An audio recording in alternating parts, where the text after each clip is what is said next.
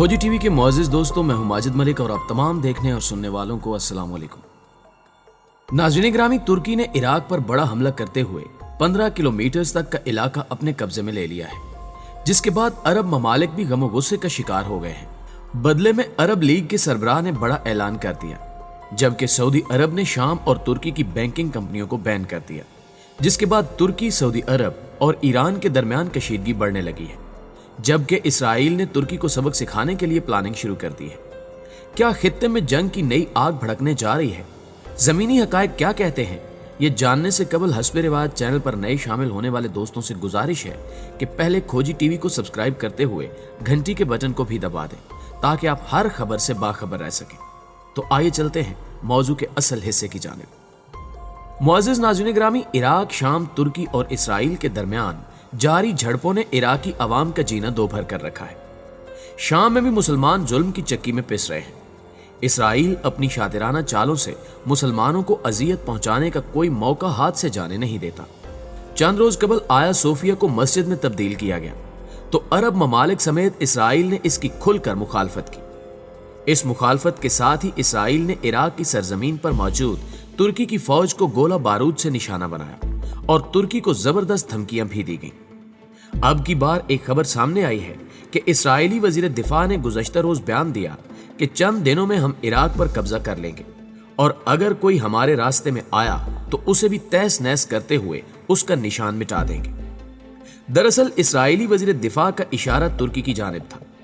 इस बयान ने एक तरफ मुस्लिम उम्मा को परेशान कर रखा है कि इस्राएली शरपसंद हुक्मरानों ने जरूर कोई ऐसा मंसूबा तैयार कर रखा होगा जिसकी मदद से वो इराक के मुतनाज़ इलाकों पर कब्जे की कोशिश कर रहे हैं और सरेआम धमकियां भी दी जा रही हैं। दूसरी जानिब तुर्की ने भी जारहाना रवैया इख्तियार करते हुए इराक में मौजूद इसराइली फोर्सेस को निशाना बनाया और इसराइल को बड़ा जानी और माली नुकसान सहना पड़ा। यही नहीं बल्कि तुर्क फौज ने इराक की सरहदी पट्टी पर भी कब्जा कर लिया है। प्यारे दोस्तों, इस कब्जे का एतराफ खुद इराकी हुकूमत के एक वजीर ने किया।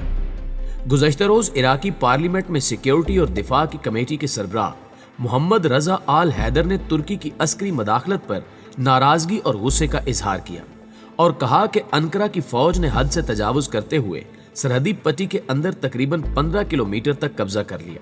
तुर्की साबका सिक्योरिटी समझौते का सहारा ले रहा है, जिसमें सरहदी पट्टी के अंदर 5 से 7 किलोमीटर तक दाखिले की इजाजत तय पाई थी।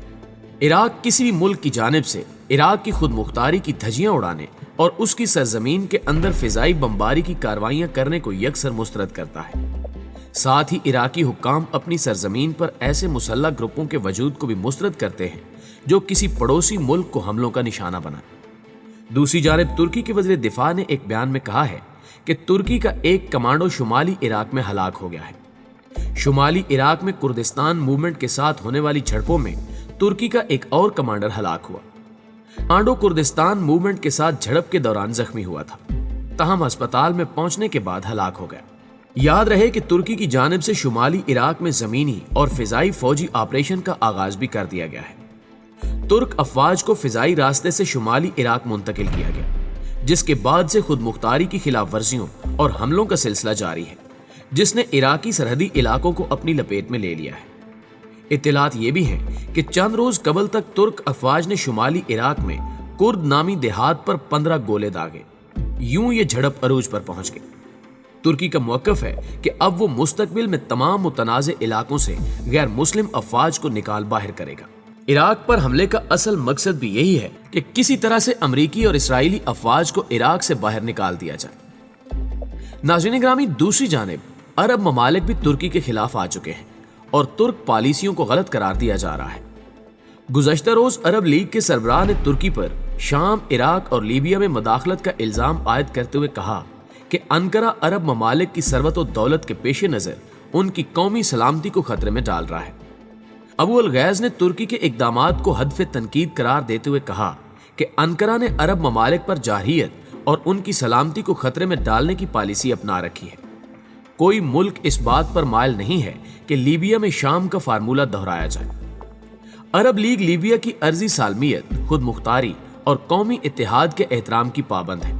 वो किसी कीमत पर लीबिया को उसके पड़ोसी ममालिक मिस्र, अलजायर और ट्यूनिस के लिए खतरा नहीं बनने देंगे। इस बयान के बाद अरब ममालिक और तुर्की में कशीदगी बढ़ चुकी है। यहां आपको एक और अहम खबर भी देते चले कि सऊदी अरब ने तुर्की और शाम की कंपनियों को ब्लैकलिस्ट कर दिया है। सरकारी खबर रसां एजेंसी के मुताबिक दहशतगर्द तंजीम दाइश से ताल्लुक के इल्जाम में तुर्की और शाम की 6 बैंकिंग कंपनियों को ब्लैकलिस्ट में शामिल किया गया है। यह फहरिस्त अमेरिका और खलीजी हमसाया ममालिक के मशवरे से तश्कील दी गई है। दूसरी जानिब अमरीकी महकमा खजाना ने अपने बयान में कहा है कि दहशतगर्दी के फाइनेंसिंग टारगेटिंग सेंटर यानी TFTC ने तुर्की और शाम में 3 इदारों और 1 फर्द को ब्लैकलिस्ट किया है।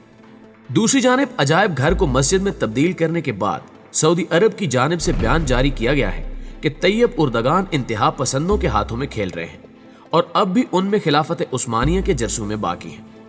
मुत्तहदा अरब अमारात भी इसराइल के साथ कई खुफिया मंसूबे तय कर चुका है।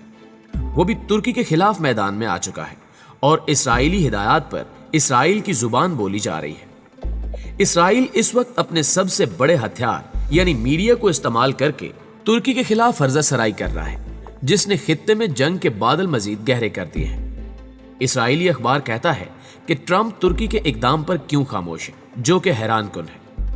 इसराइली मीडिया यह भी प्रोपेगेंडा कर रहा है कि तैयब उर्दगान ने अर्तुगरुल गाजी नामी मशहूर ड्रामे से मुतासिर होकर यह कदम उठाया। सयूनी ताकतों को मुसलमानों की तरक्की किसी सूरत पसंद नहीं होती और वो चाहते हैं कि किसी तरह से मुसलमानों के वजूद को ही खत्म कर दिया जाए।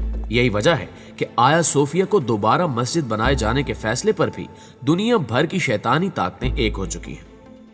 मुअज़्ज़िज़ दोस्तों, अरब हुक्मरान भी तुर्की के खिलाफ बयानात दे रहे हैं, जिसकी वजह सल्तनत उस्मानिया की बहाली का वो इकदाम है जिसे तैयब उर्दगान ने पूरा करना है।